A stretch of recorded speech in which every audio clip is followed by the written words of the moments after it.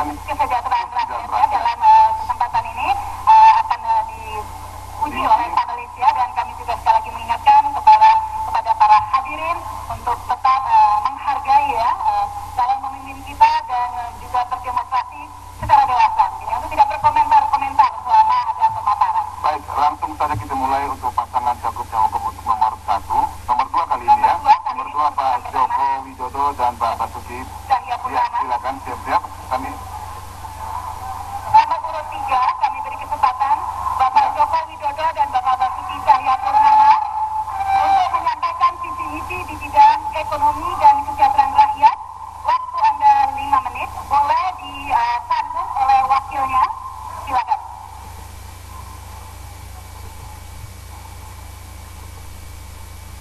yang pertama, kami ingin membangun bukan lokasi-lokasi perbelanjaan, lokasi-lokasi mall yang itu akan memberikan kontribusi kepada perilaku konsumtif, perilaku hedonisme bagi masyarakat DKI. Kami ingin membangun sebuah usaha-usaha produktif, terutama yang ada di rumah tangga, terutama yang ada di kampung, usaha-usaha produktif di pasar tradisional, usaha-usaha produktif yang ada di pedagang kaki lima. Inilah yang akan menjadi konsentrasi kami. Jadi yang namanya usaha-usaha produktif ini akan terus kita injeksi, baik dengan akses permodalan juga dengan akses pasar yang baik. Kami berikan contoh di masalah pasar tradisional. Saya sudah berputar ke hampir 70% pasar yang ada di Jakarta ini. Pasarnya hampir semuanya becek, bau, kotor, tidak tertata, tidak ada tempat parkir. Kira-kira gambarnya seperti ini. Kemudian kami ingin bangun sebuah pasar dengan manajemen di dalam yang profesional, yang semuanya berorientasi pada pelayanan kepada pedagang dan berorientasi kepada pembeli yang ini yang banyak adalah ibu-ibu, sehingga mereka harus diberikan ruang yang baik. Meskipun pasar tradisional ini tidak ber-AC, tetapi paling tidak ibu-ibu datang ke sebuah pasar itu gampang parkir, masuk nyaman. Juga pedagangnya diberikan training yang real, manajemen sederhana, penataan barang yang baik, melayani pembeli yang baik seperti apa. Inilah hal yang konkret yang ingin kita lakukan. Pasar seperti ini dengan sebuah zoning yang jelas sangat diperlukan di Jakarta. Zoning sayurnya ada, zoning dagingnya ada, zoning basahnya ada, zoning keringnya ada, zoning buahnya ada. Ini sangat diperlukan di Jakarta, dan sebetulnya membangun sebuah pasar juga tidak mahal-mahal amat. Angkanya antara 8 sampai 15 miliar itu sudah jadi satu pasar. Jadi kalau di Jakarta kita ingin menyelesaikan pasar yang ada itu juga tidak membutuhkan uang yang banyak. Inilah yang ingin kita lakukan.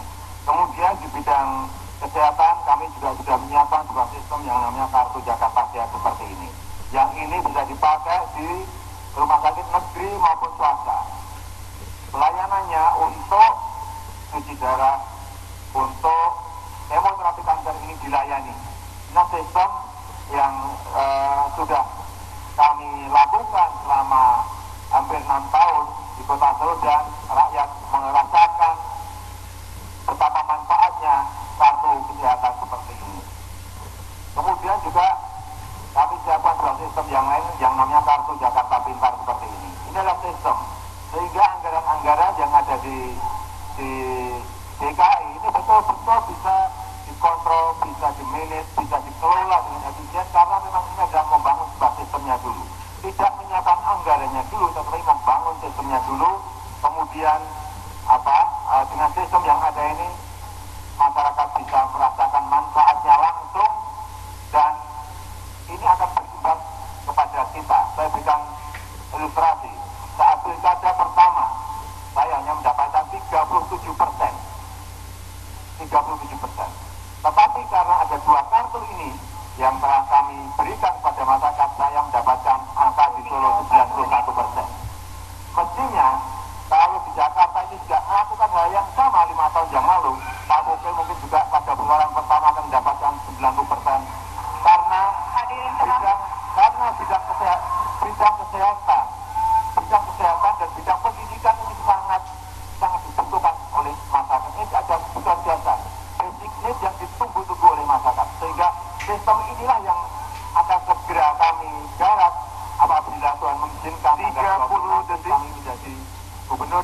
penduduk di DKI Jakarta. Ini yang akan kita jaga dan maksimal 3 bulan ini sudah bisa selesai sistem ini.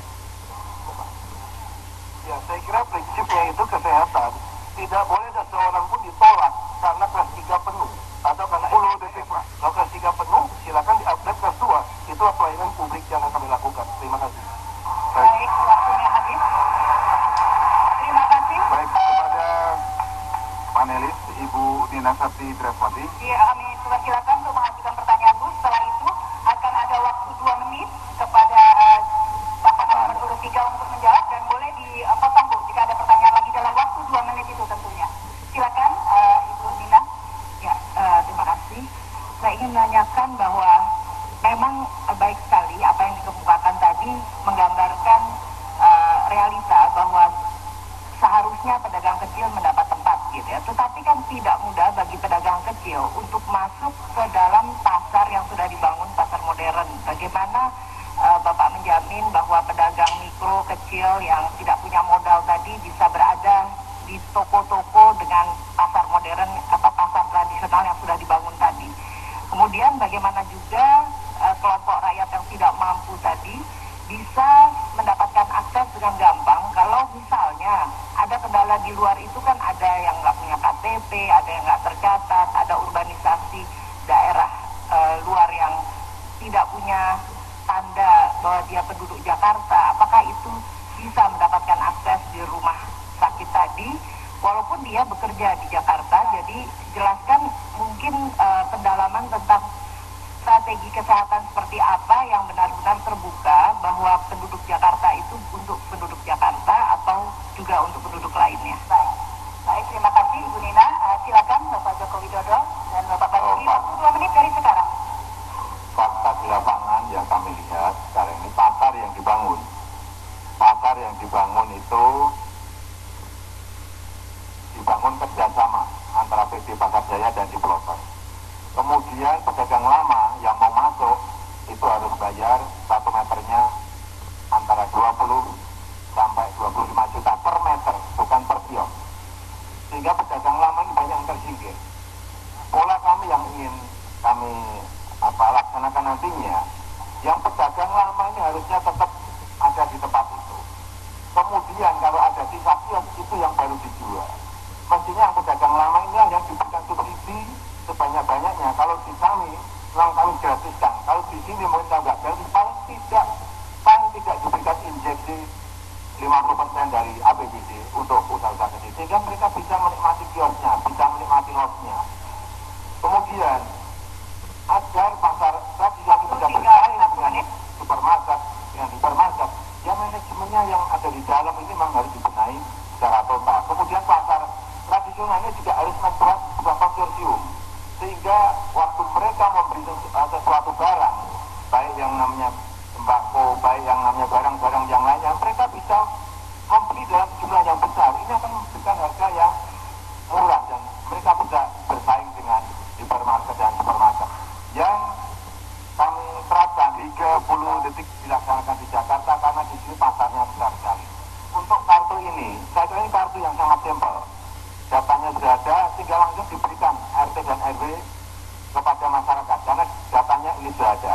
Untuk yang tidak ber-KTP DKI tetapi tinggal di DKI, kami akan memberikan sebuah anggaran khusus tersendiri dan kartunya juga khusus karena apapun mereka ada warga negara Indonesia yang juga diberikan pelayanan sosial. Terima kasih Bapak Joko Widodo dan Pak Basuki.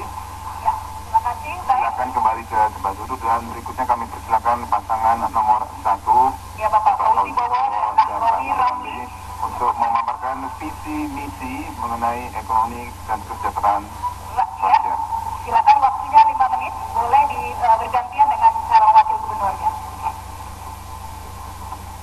Bapak Ibu yang terhormat, pemirsa yang kami hormati,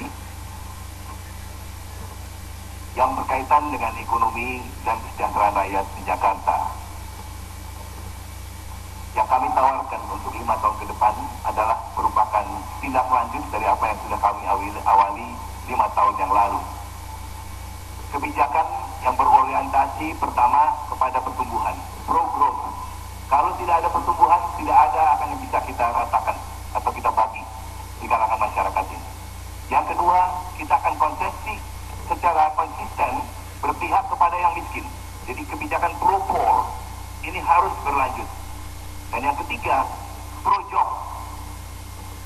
yang terakhir tentu pro-environment. Mohon maaf, saya menggunakan istilah yang barangkali sekarang lebih familiar untuk orang Jakarta. Padahal saya melaksanakan ini tahun 2007, jauh sebelum pemerintah pusat memperlakukan kebijakan yang seperti itu. Ya, hadirin tenang. Hadirin tenang. Sekarang masalah indikatornya.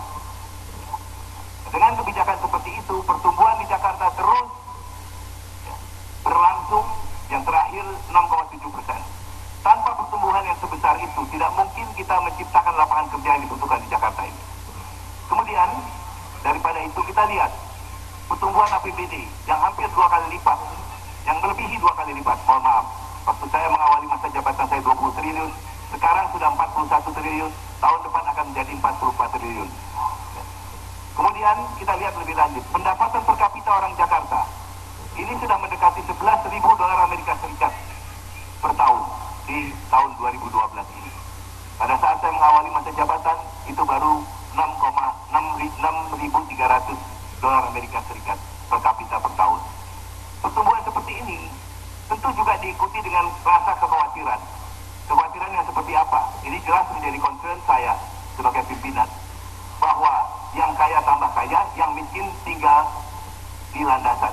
Tapi alhamdulillah ini tidak terjadi. Mengapa tidak terjadi? Karena kita punya kebijakan yang pro-poor tadi. Formatnya seperti apa? Biarkan saya selesaikan dulu ini. Formatnya seperti apa? Yang pertama, kita memberikan pendidikan gratis. 9 tahun, sekarang 12 tahun di Jakarta. Wajib belajar. Kedua, kesehatan gratis ini bukan hanya lip service. Sudah berlangsung di Jakarta sejak beberapa tahun yang lalu. Dan ini sudah dirasakan manfaatnya oleh orang Jakarta. Contohnya, usia harapan hidup orang Jakarta paling tinggi di Indonesia. 78 tahun untuk ibu-ibu, termasuk Ibu Ina yang saya hormati. Dan 74,6 tahun untuk yang laki-laki. Ini adalah resultat daripada kebijakan yang kami ambil. Jadi pro-poor, pro-job, dan di setiap koperasi untuk usaha mikro, saya tidak akan masuk terlalu jauh. Di setiap kelurahan ada koperasi jasa keuangan yang bisa diakses oleh siapa saja yang menjadi warga di kelurahan tersebut. Nanti akan ditambah oleh Pak Nahrul Ramli. Ini yang saya ingin tekankan. Jadi pendidikan, kesehatan ini jangan dilihat secara terpisah, tapi ini merupakan bagian dari upaya kita dan pertumbuhan ekonomi tentunya untuk meningkatkan kesejahteraan warga di Jakarta. Saya ingin memberikan indikator lain. Indeks pembangunan manusia di Jakarta ini 78 dari skala 100. Dan ini termasuk yang tertinggi lagi di Indonesia. Padahal semua orang mengkhawatirkan di Jakarta ini ada diskriminasi buat yang miskin. Tapi itu tidak pernah terjadi. Dan ini merupakan kebijakan utama dari pemerintah daerah. Lapangan kerja, kita memang belum bisa menurunkan sampai di bawah 10%, tapi sekarang sudah ada pada level 10,8%, setiap tahun menurun. Angka kemiskinan, saya ulangi ini berkali-kali, angka kemiskinan di Jakarta, meskipun masih ada orang miskin dan cukup banyak jumlahnya, saya tidak puas dengan ini, tapi persentase kemiskinan di Jakarta adalah yang paling rendah seluruh Indonesia. Tentu dengan kriteria yang baku, jangan kita menggunakan kriteria yang tidak dipakai oleh siapa saja di Republik Indonesia ini, ya. Ini semua Ibu Bapak yang terhormat menunjukkan bahwa perhatian kami tidak terpisah antara 30 detik perekonomian, kemudian kesejahteraan rakyat, dan juga khususnya untuk kepentingan masyarakat, seluruh lapisan masyarakat, termasuk masyarakat kecil di Jakarta. Pak Nahrawi namakan mengenai koperasi. Baik, terima kasih. Kita akan dahulukan kepentingan rakyat. Oleh karena itu, ekonomi liberal harus kita tangguhkan dan harus ekonomi kerakyatan yang akan kita kerjakan di Jakarta ini. Bentuknya adalah koperasi. Pak Rawi, terima kasih. Bentuknya koperasi. Baik, terima kasih Pak Fauzi Bowo dan Pak Nahrul Ramli. Ke panelis Ibu Dina Kerti, kami persilakan. Ya, audiens, Mohon tenang para supporter. karena jika Anda terus berhirup itu akan mempengaruhi waktu ya. Terima kasih Bang Fauzi dan Bang Nara. Memang kemajuan Jakarta luar biasa, pendapatannya tinggi per kapita di atas 100 juta, tetapi yang mungkin perlu dijelaskan lebih lanjut bagaimana urbanisasi dari daerah lain ke Jakarta, karena menjadikan lapangan kerja di Jakarta demikian terbatas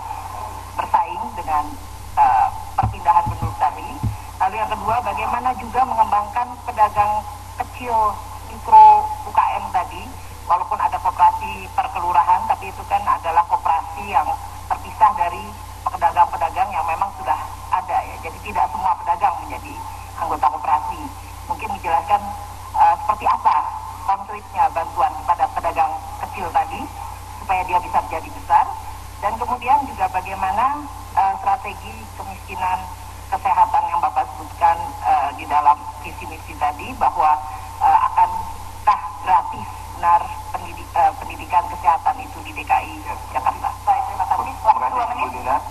Yang pertama tentu saya ingin jelaskan bahwa pelayanan kesehatan itu tidak hanya mengcover yang kecil-kecil, Bu. Kalau perlu tadi dialisis, hemodialisis itu setiap hari dilayani. Bahkan open heart surgery yang biayanya melampaui 100 juta pun itu kita cover. Mengapa? Karena orang miskin itu punya hak. Di dalam setiap harta yang kita miliki ini ada haknya orang miskin, baik yang meminta maupun tidak meminta. Itu kita laksanakan di Jakarta. Kemudian yang kedua mengenai migrasi masuk. Migrasi masuk selama 5 tahun terakhir ini cenderung berkurang. Pertama, ini akibat adanya pembangunan development di rural area yang saya sangat apresiasi. Kedua, juga kerjasama kita dengan daerah asal kaum migran ini yang efektif. Kemudian yang lebih nanti mengenai KJK akan dijelaskan oleh Pak Nahrawi Ramli. Yang jelas perhatian kami terhadap pedagang kecil itu tidak sebatas yang ada di kelurahan saja, tapi yang ada di kelurahan ini merupakan bantalan, memerlukan bantalan, dan koperasi jasa keuangan inilah adalah bantalan yang menyebabkan mereka tidak perlu cari sumber yang terlalu jauh dan terlalu rumit untuk mengembangkan usahanya. Memang usaha itu terus harus ditingkatkan untuk KUR misalnya, kredit usaha rakyat. Yang ingin saya tambahkan tadi belum sempat saya singgung adalah pasar.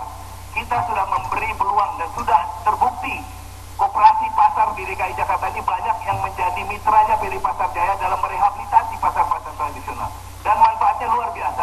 Kita akan berikan peluang yang lebih besar lagi kepada koperasi pasar untuk mengembangkan pasar-pasar. Tidak benar kalau dikatakan pembangunan developer itu hanya berpihak kepada mereka yang mampu atau developer, dan tidak benar juga bahwa semua pasar tradisional itu kumuh. Silahkan keliling di Jakarta lebih sering lagi, barangkali Anda akan lihat di banyak pasar tradisional yang tidak kumuh di Jakarta.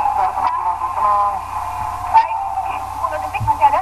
Ada 7.600 koperasi di Jakarta, Bu Nina, yang di bawah pembinaan dari Pemda DKI, dan itu kita berikan kesempatan. Baik, terima kasih Pak KJK bisa membuat Tadi Bapak Fauzi Bawah dan Nahrawi Ramli yang menyampaikan visi misinya dalam bidang ekonomi dan kesejahteraan rakyat. Tadi terima kasih masing-masing calon tadi ya, baik itu Pak Fauzi Bawah dan Nahrawi Ramli, juga Bapak Joko Widodo dan Basuki Cahayapurnama sudah menyampaikan visi misinya. Masih ada lagi segmen berikutnya, yaitu tata kelola pemerintahan dan birokrasi yang dibawahi oleh Ibu Siti Nurbaya akan kami dengar sesaat lagi, karena itu pemirsa jangan kemana-mana.